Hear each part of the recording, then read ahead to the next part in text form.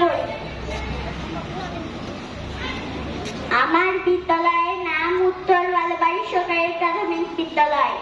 আমি দ্বিতীয় শ্রেণীতে পড়ি। আমার বিদ্যালয়ে 2টি মাঠ আছে।